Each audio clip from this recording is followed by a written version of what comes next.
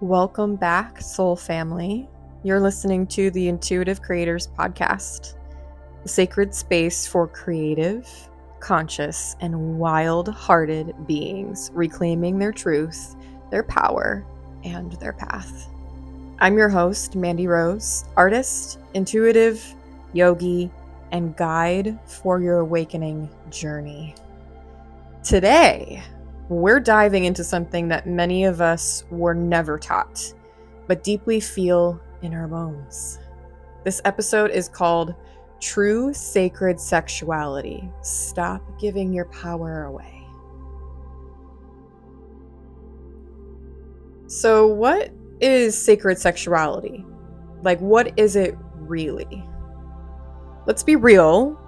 We live in a world where sexuality is either demonized or hyper-exploited, where sexy is sold to us, but sacredness is stripped away.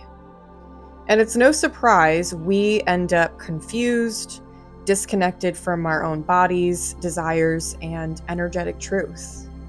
But sacred sexuality isn't about performance. It's not about pleasing others or earning love. It's about remembrance. It's about your connection to life force, to the divine creative energy that moves through your body, your art, your voice, and your intuition. Your sexuality is a portal, a source of power. And when it's honored, not exploited, it becomes a path to embodiment, healing, and liberation. Sacral energy and feminine power. This energy lives in your sacral chakra, the womb space, the pelvis, the waters of your body. It's the home of your sensuality, your pleasure, your emotions, and your creativity. When your sacral energy flows, you feel alive, radiant, magnetic. You create with ease, you trust your body, and you attract experiences that mirror your self-worth. When it's blocked, though, you might feel shame, numbness, creative stagnation, or like you're constantly giving without being replenished. This is why honoring your sacral energy is non-negotiable, because it is the wellspring of your feminine power. And what is feminine power?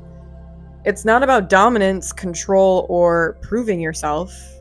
Feminine power is receptive, magnetic, intuitive, deeply rooted in the wisdom of the body. It's the ability to feel, to flow, to nurture, to create.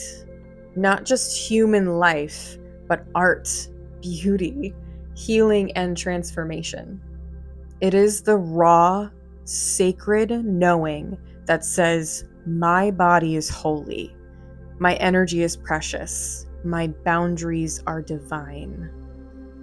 When we reclaim our sacral energy, we reclaim our right to take up space, to feel deeply, and to express ourselves unapologetically.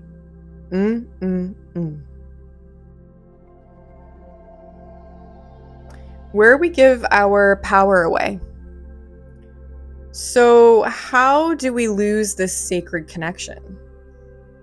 We give our power away when we have sex to feel loved, not because we are love. We override our boundaries just to be chosen.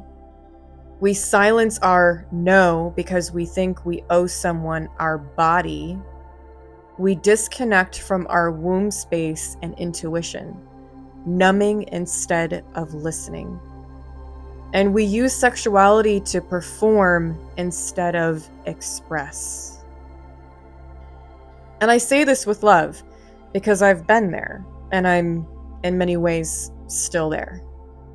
When we hand over our sexual energy without discernment, we often walk away feeling drained, confused, or disconnected. That's because your sexual energy is sacred currency. And when we leak it, we leak our power. So this is a really great segue for my own personal experiences, which I could dedicate a whole documentary on my personal experiences with the subject, but I'm only going to give you some glimpses to give you a general idea of what I'm really talking about. So this subject can be really triggering for many, and I want to remind you that you are safe, that you are okay, and that triggers are an opportunity for you to learn and to grow. So if you need to take a step back, take a pause, please do that. Honor your needs. And also, maybe there's something really important in this for you. So it's been a long journey for me personally as a divine being and as a female with this particular subject and exploring my sexuality over time. I am in my late 30s at this point, and I've experienced a lot of trauma around sexual encounters and just like my sexual experiences in general. This is not something I openly talk about because for me it's personal, for me it's a boundary, and really nobody needs to know my personal business ever. But for the sake of this podcast and this episode, I want to talk a little bit about it.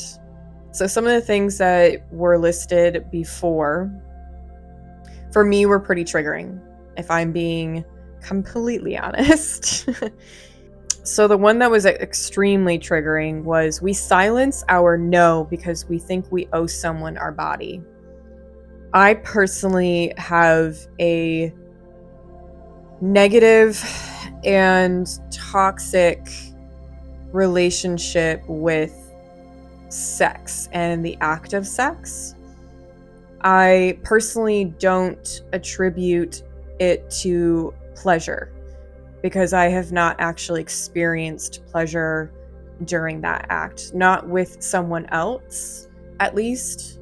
I have experienced it with myself many times, which, I created a safe environment for, and I've been exploring this, my sexuality for a while in terms of trying to heal the things that I have experienced in my past. So that one was especially triggering for me because that is a trauma response personally. If I feel pressured, I will just continue doing whatever I'm doing, or, I feel this pressure to act or perform. And honestly, it is damaging. And I feel very shameful afterwards most of the time.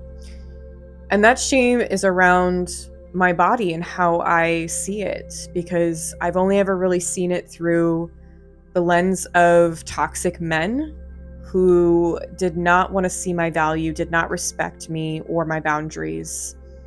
But I digress. I have been in a healing process for a while now, and I do recognize these things as not healthy. But for me, I am reclaiming that power through different practices, different acts with myself, and through examining what all that means going forward into potential relationships. I feel very hopeful that I will find a partner that understands all of that and will make that experience very safe and very fun and playful.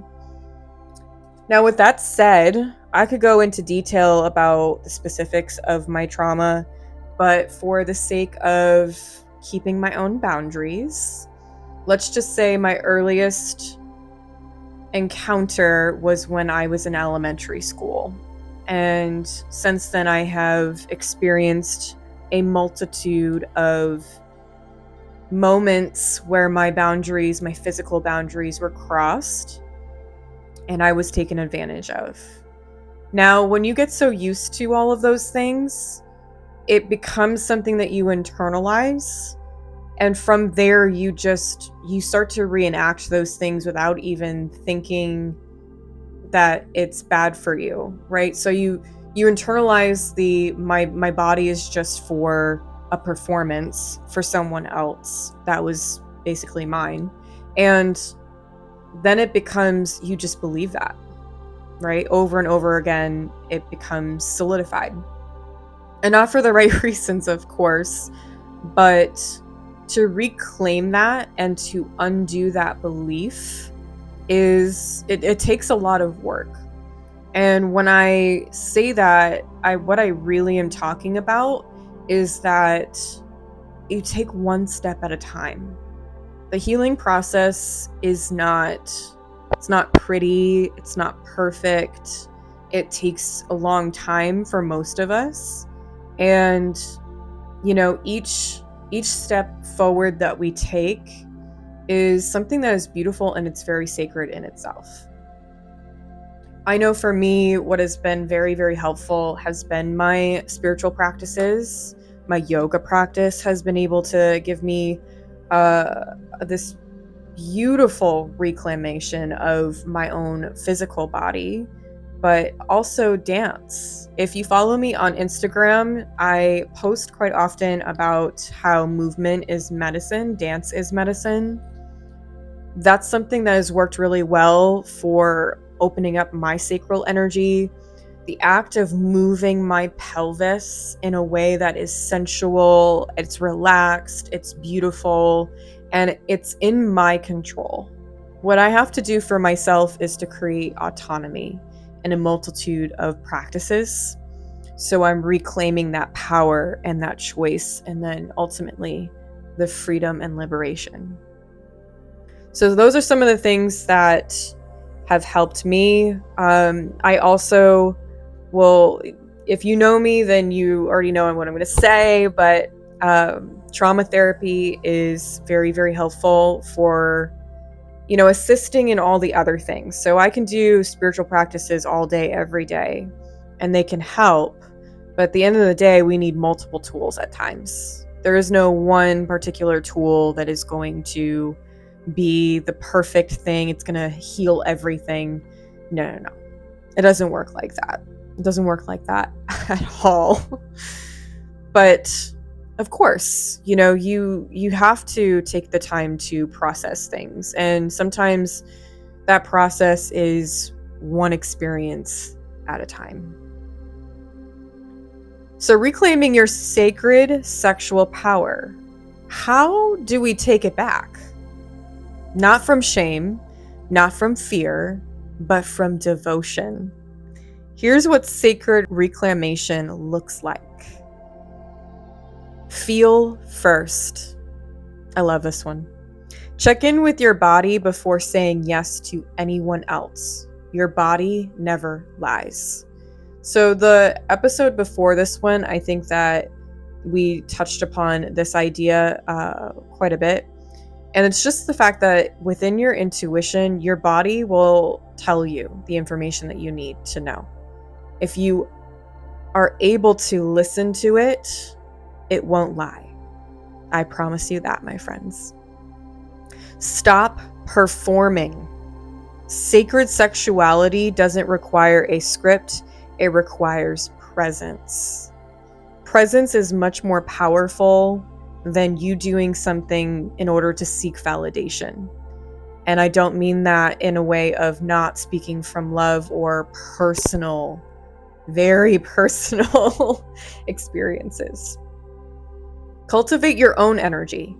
Breath work, womb meditations, movement, self-touch, not for climax, but connection. So I want to talk a little bit about this one. So I already kind of touched upon it very briefly, but self-pleasure to me is a big, big practice. I make it very safe. I make it very sensual. I make it just for me. And it's really just for me connecting to that sacral energy, me connecting to my body. And there is no goal in mind but that. Now, self-touch can look very different for every single person. What I like to do is I like to hug myself. I like to bring my knees into my chest and give myself a hug that way. Sometimes it looks like getting onto my mat and getting into a child's pose with a pillow in between my knees and from my chest. Sometimes it looks like laying on the floor with my eyes closed and breathing as slowly and as presently as I can. It looks different for every single person. It does not have to be those practices, but anything that gets you back into your body and gives you that autonomy that I was talking about. Also, if you know anything about Tantra, I highly recommend. Clear cords, energetically detached from past partners who still linger in your field. This is a big one. If you're really truly into spirituality, I highly recommend cutting cords, doing that as a ritual, or maybe it just means that you smudge yourself while thinking about a particular person from your past. So each person that we have energetically or even just mentally, physically, encountered or experienced, that can linger within our energy field. If you believe that, amazing. If you don't believe that, well, then I don't know exactly why you're here, but that's cool too. But I want to just talk about that for an extra second here. So for me, it doesn't have to be a ritual. It doesn't have to be something you do that you found on the internet. It can really just be you saying it out loud. Reclaim that energy back to you, right? Just saying to the universe that you really want to let go of this person. You want to let go of the memories, not as a way to not remember them, but to move forward from them, right? Intention is everything. Set sacred standards. Ask yourself, does this person honor my light? Do they see my soul, not just my body? Now, if I'm being honest, if you've ever met me in person or if you follow me online, then you probably likely find me very attractive. I mean, everyone's attractive in some sense or in a very magnetic sense. And I'm not even saying this to boost myself. It's not like that. I have really unique energy and I've recognized that over time. I'm also just like a bootylicious human being. Just, hyping myself up a little bit. But I get approached by males a lot of times who just project their intention of, being inside me or, wanting to be close to my body. And, it's just super unattractive. It's gross. It's weird. It's immature. It's frankly disgusting. To me, when someone approaches me that way, I just automatically judge them based on that level of not emotional intelligence. And I'm saying that with so much love because we all mature in our own time and within certain experiences. But I personally just don't go for it. But this is a question that I ask myself. Does this person really see me for who I am? Or do they just see my body? That is something that can be really helpful in every sort of relationship, especially as a female. I know a lot of my male friends, quite a few of my male friends have tried to date me, which to me is really weird. Why are you being so subtle about it? Just come out and be direct. Say you have interest in me. Besides the point. So when I make friends with a male, for me, it's I want to make sure that they are respectful of me, that they understand my boundaries, and that we're friends. And if we start as friends, then likely we're going to just stay as friends. But, I want that person to understand and honor my light, and that's really important, not just for your sacral energy and your sacred sexuality, but also being in alignment within your relationships, which I will definitely be doing more episodes on in the future for sure. Now, this last one, I got some opinions on. Practice celibacy as a sacred reset, not from repression, but from reverence. I personally believe that men should practice more celibacy than women. And celibacy, in my opinion, is just nothing of touches on genital areas or anything like that. To me, I'm not celibate, but I do not go and sleep around. I'm not somebody that does any of those things. If I'm exclusively dating somebody or I'm in a relationship, then that's a different story. Not to say that I haven't gone against that in the past. I am human, but celibacy can be, even just for a period of time, can be a really great way to reset your energy. And I say that because you can take your power back from just that practice, and it can be very gradual, or it can be more on, it can have more of a pace that's quicker for you. It depends on the person. I know it's been a while for me, but like I said, self-pleasure is something that is incorporated in my practices, so I'm not necessarily celibate. It's the idea that you're not taking away from yourself. It's not a punishment, but it's a way for you to really think on a deeper level about what is important to you, what you want to experience with yourself, what you want to experience with another person in a close relationship, right? So something that I really have loved, I got this from a tarot reader, but intimacy. Into me I see. I have always loved that. It has resonated with me for a while, for the last few years, because really it is you looking inside of yourself to see your own self. And that can be super powerful for some people, right? So going from shame to sovereignty. If no one ever told you this, hear me now. You are not broken because of your sexual past. You are not impure because of your desires. You are not too much for wanting depth, devotion, and divinity in your intimacy. You are sacred, and it's safe to come home to yourself. Your sensuality is not for performance, it's for presence. Your body is not a product, it's a portal. And your sexuality, it belongs to you, not the patriarchy, not the past, not the people who couldn't hold your truth. I hope that helps, my friends. I'm going to pull a tarot card just for this, for a collective message. Let me get out my deck really quick. Hopefully we're all still with me.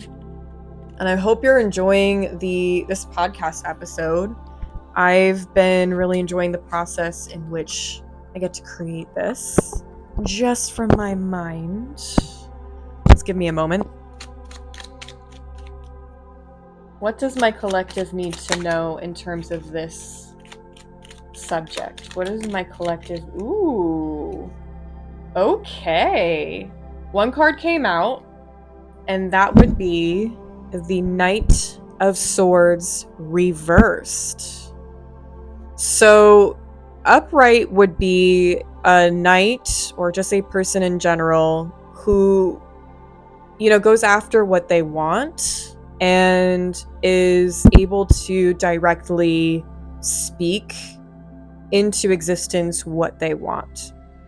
And they charge at it, right? So this is someone who doesn't necessarily hesitate, but can possibly be reckless.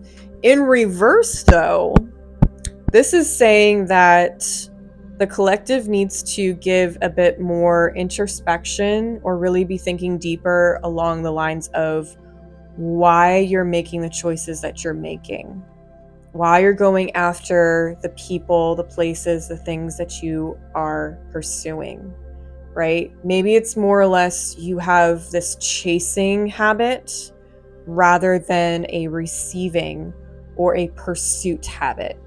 So for instance, I'll put it in terms of like feminine and masculine. Feminine is the receptive energy. We receive as females, or not females, but as feminines, right? We are the receivers. Now on the other end, masculines, they're the givers. They pursue. It's within their primal energy to want to pursue something that they like, that they want, what they desire, right? We're just here to be the desirable muses, if you will. Swords is also air energy, and that is masculine. So if I'm speaking to any feminines, I would look at doing more practices that allow you to drop more into your feminine receival energy. And if I'm talking to any masculines, maybe finding the same thing to balance you out a little bit more. Maybe really think about why you pursue certain things or certain people or certain acts, activities, right? Really going in depth in terms of why do I do what I do? Hopefully that was helpful. That was a lot. That was a big message right there. Knight of Swords in reverse. If you want to look up that message or what it means, go for it. But if this message stirred something in you, trust that it's time to come home. Come back into your body, back into your truth. This is your initiation into sacred, sovereign sexuality. Not for anyone else, but for you. Thank you for being here with me. If this episode resonated, I'd love to hear your reflections. Send me a message, share it with a sister, or leave a review to support this sacred work. Until next time, remember, your power is sacred and it's yours to keep.